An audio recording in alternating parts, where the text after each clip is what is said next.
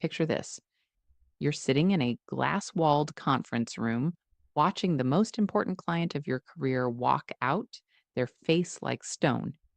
Inside, the boss's son, a guy whose main contribution to the company was complaining about the coffee, is stammering, trying to figure out how a $50 million project just went up in smoke.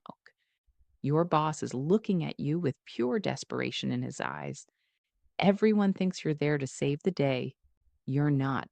You're just there for your stuff. They all figured you'd fall on your sword to protect the company.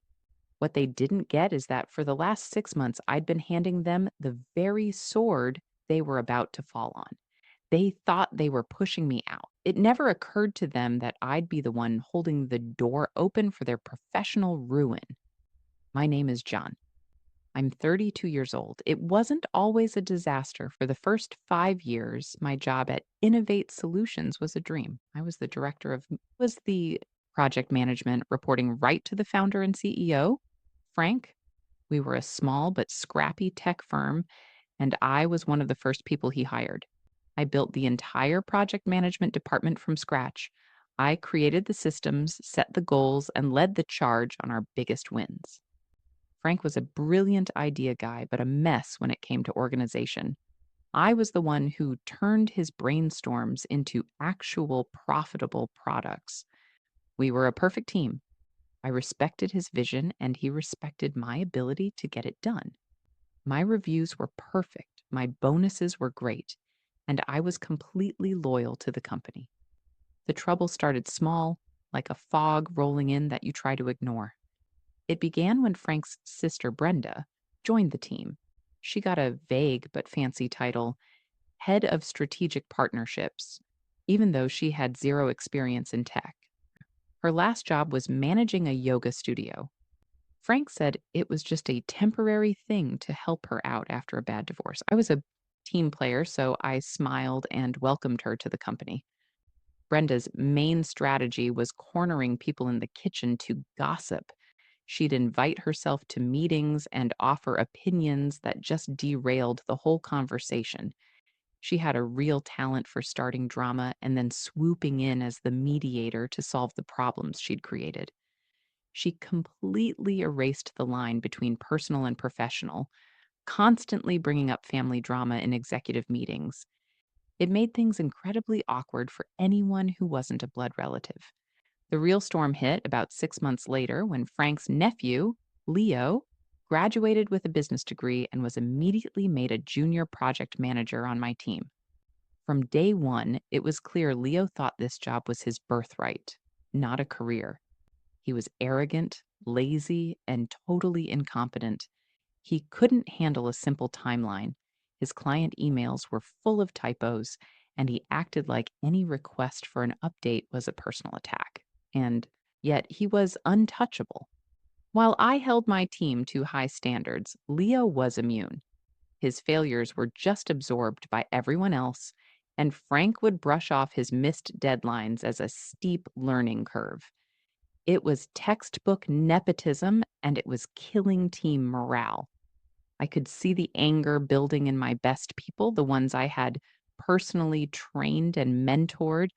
I tried to handle it the professional way. I got Leo extra training. I paired him with my most patient senior manager. I spent my own nights redoing his work so we wouldn't lose clients. I went to Frank not with complaints, but with concerns about team performance. I suggested we define Leo's role more clearly to set him up for success. Frank's reaction was the first major red flag. He got defensive. He's family. Just give him a chance, he'd say. He just has a different working style. The problem was his style was not working. The family's presence started to poison the company culture. Brenda and Leo became a toxic duo. They didn't see me as a key executive who'd helped build the place. They saw me as an obstacle. My competence made their incompetence obvious, and my high standards were a threat to their comfy, no consequences jobs. So they started a quiet but constant campaign to get rid of me. It began with little acts of sabotage. key details on a project would be changed without my knowing, causing confusion. Brenda would accidentally leave me off important emails and then act shocked when I wasn't up to speed in a meeting. Leo would blow a critical deadline and then claim I never gave him the right information. It was death by 1,000 paper cuts, each one designed to make me look like I was losing my touch. They were trying to isolate me and build a story that I couldn't handle my job anymore. My one on ones with Frank, which used to be my favorite meetings, turned into tense interrogations. He'd start with things like, Brenda mentioned some friction on the marketing team. What's going on? Or Leo felt he wasn't getting enough support on the new account. They were painting themselves as concerned colleagues, and I was being cast as the problem. Whenever I tried to explain what was really happening, I'd hit a brick wall of family loyalty.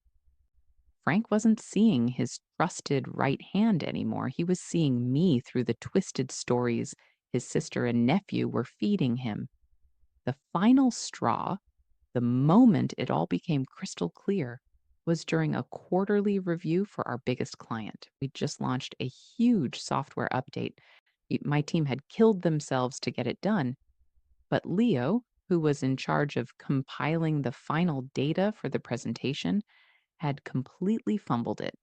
He used the wrong data, miscalculated all the key metrics, and messed up the whole report. I found his mess at 9 p.m. the night before the meeting. I didn't sleep. I stayed up all night rebuilding the entire report from scratch so we wouldn't humiliate ourselves. The next morning, I walked into the pre-meeting, exhausted but holding the correct data. Before I could even open my mouth, Brenda looked at me with this sickeningly sweet, concerned face and said, Frank, I'm worried about her. She looks so overwhelmed. Leo was just telling me he had to jump in at the last minute to fix the presentation because she was so far behind. I just stood there stunned. Leo nodded along, a smug little look on his face. And Frank, he looked at me not with thanks for saving our biggest account, but with disappointment.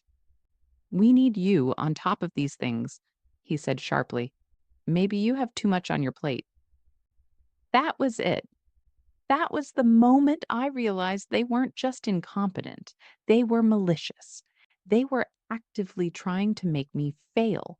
They were building a case to get me demoted or fired.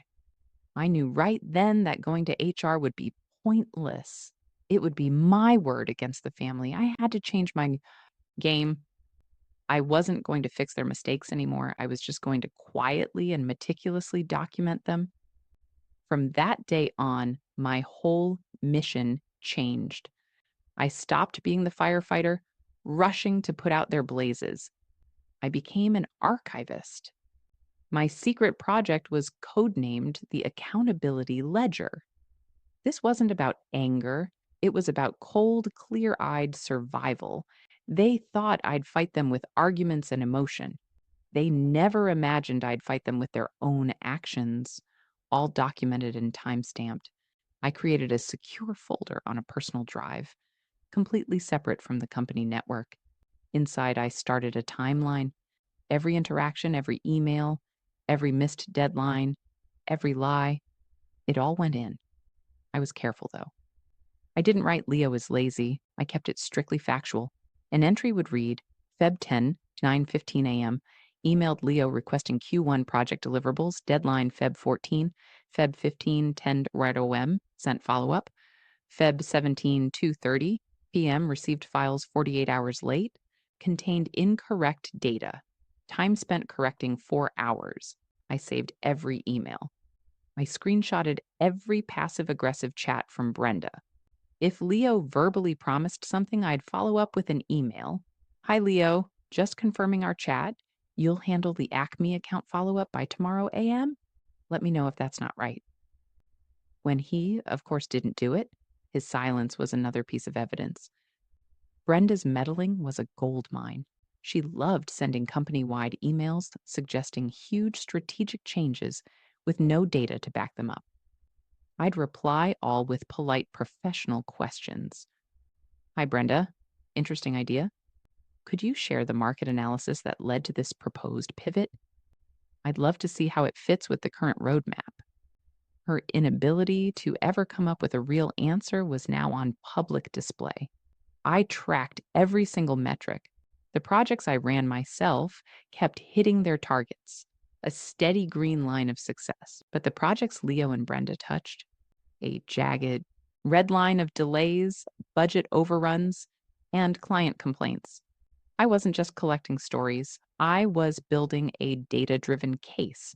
They were trying to build a narrative to push me out, and I was building a library that would prove they were sinking the ship. Every day that library got bigger, they felt their power growing. They had Frank's ear, and my influence seemed to be shrinking. I stopped fighting back in meetings.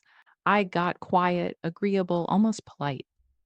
When they'd volunteer to lead some new high stakes project, I'd just nod. They mistook my silence for surrender. They thought they were winning. They had no idea my compliance was the trap. They were so sure they had won. They were sprinting right towards a cliff. And trust me, the fall was spectacular. Before I get to how their biggest power play turned into their public execution, if you believe in the sweet, sweet justice of well kept receipts, do me a favor and hit that like button and subscribe. You miss the fallout. The trap was sprung with the Apex initiative. This was our moonshot, a $50 million project for a huge new client that would basically define the future of the company. It was complex and demanded perfection. So naturally, Brenda and Leo, desperate for a career making win, convinced Frank they should lead it. They wanted the glory, and Frank, blinded by family pride, let them. He made me their support, a resource for them to leverage. For 3 months, I was leveraged like crazy. I did all the real work, the architectural plans, the tech specs, the budget. They took all the credit. In every meeting, Leo would present my slides as his own, and Brenda would talk about her strategic vision. I just did the work, and every time I handed something over, I sent a detailed email. Leo, attached is the Q to development framework as requested. My work on this part is done. Please confirm you've got it. The final presentation to the client's board was on a Friday. This was the one where they'd sign off on the main funding. On Wednesday afternoon, I get an email from Frank. To let Leo and Brenda take full ownership, it said, I'm reassigning you to an audit of our legacy accounts effective immediately. Please transfer all final Apex files to Leo. We need him to be the single point of contact. This was it. The final shove.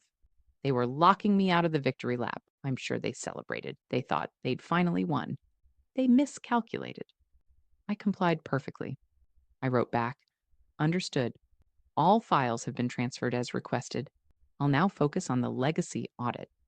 Then I forwarded that entire email chain to my little accountability ledger.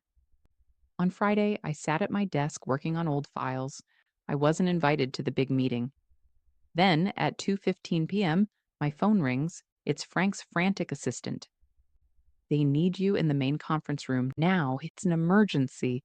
I walked in. The air was ice cold. The lead client, a sharp woman named Ms. Evans, was staring daggers at Leo and Brenda. Frank looked like he'd seen a ghost. Ms. Evans turned to me. I was just asking a simple question about data protocols for phase 3, she said, her voice dripping with sarcasm. They seem unable to answer. Since your name is on all the foundational documents, maybe you could enlighten us? Brenda and Leo looked at me, expecting me to jump in and save them. Frank was practically begging me with his eyes. This was the moment they expected me to be the loyal employee and clean up their mess. I looked right at Miss Evans and gave a calm, polite smile. I'm afraid I can't speak to the final version of that protocol, I said, my voice steady. As of Wednesday afternoon, my duties on the Apex initiative were terminated. Mr. Frank himself revoked my access to the project so that his family could take full ownership. I turned to Frank. I believe the email said you wanted a single point of contact. I have respected that. The silence in the room was stunning. Leo's face went completely white. Brenda looked like she'd been slapped. Ms. Evans' eyes narrowed. So, you're telling me, she said very slowly, that the only person who seems to understand the foundation of this $50 million project was taken off it 2 days before the final sign off? I just gave a slight nod. I can, however, I added, turning back to her, provide you with my last status report from Wednesday morning. It details the complete architecture and all the risks I had flagged. Perhaps that would be helpful. What happened next was pure corporate karma. Ms. Evans didn't hold back.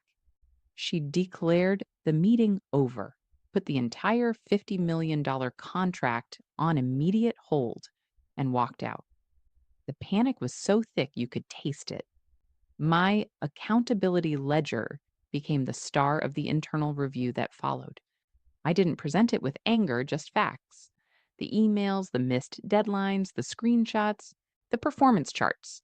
They told a story that no amount of family loyalty could spin. The data was undeniable. It painted a crystal clear picture of my contributions and a damning portrait of their incompetence and sabotage. The fallout was swift and brutal.